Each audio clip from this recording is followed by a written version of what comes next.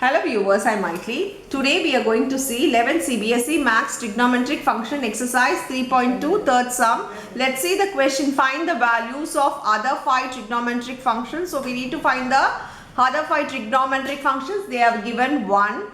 It is given that cot x is equal to 3 by 4. X lies in the third quadrant.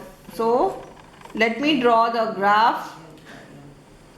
graphical representation. Here it is all silver tea cups. So this is your first quadrant, this will be your second, your third and your fourth quadrant. It is in the third quadrant. So this is your quadrant, x lies here.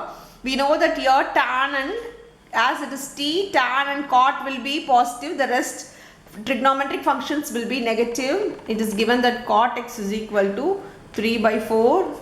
If my theta is here or x is here, then this is adjacent by opposite.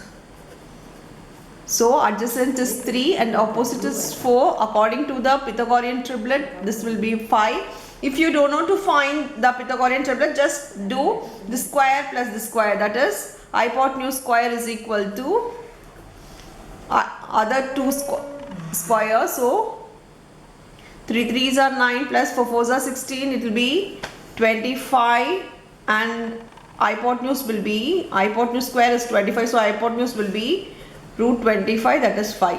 So I have written 5. Using Pythagoras theorem we can find the other value of the right angle triangle. So we know cot, so cot x is equal to 3 by 4 means tan x is the reciprocal of this 4 by 3. As I told before, it is in the third quadrant. So tan and cot will be positive, the rest will be negative. So sin x is equal to opposite by adjacent, opposite is 4, opposite by hypotenuse, opposite is 4, hypotenuse is 5.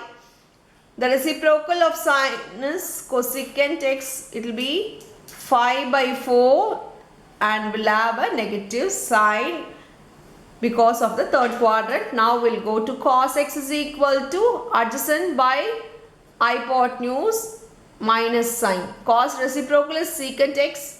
It will be reciprocal of the cos, that is 5 by 3 with a negative sign. So we have found all the other trigonometric ratios. That's all with the sum. Thank you.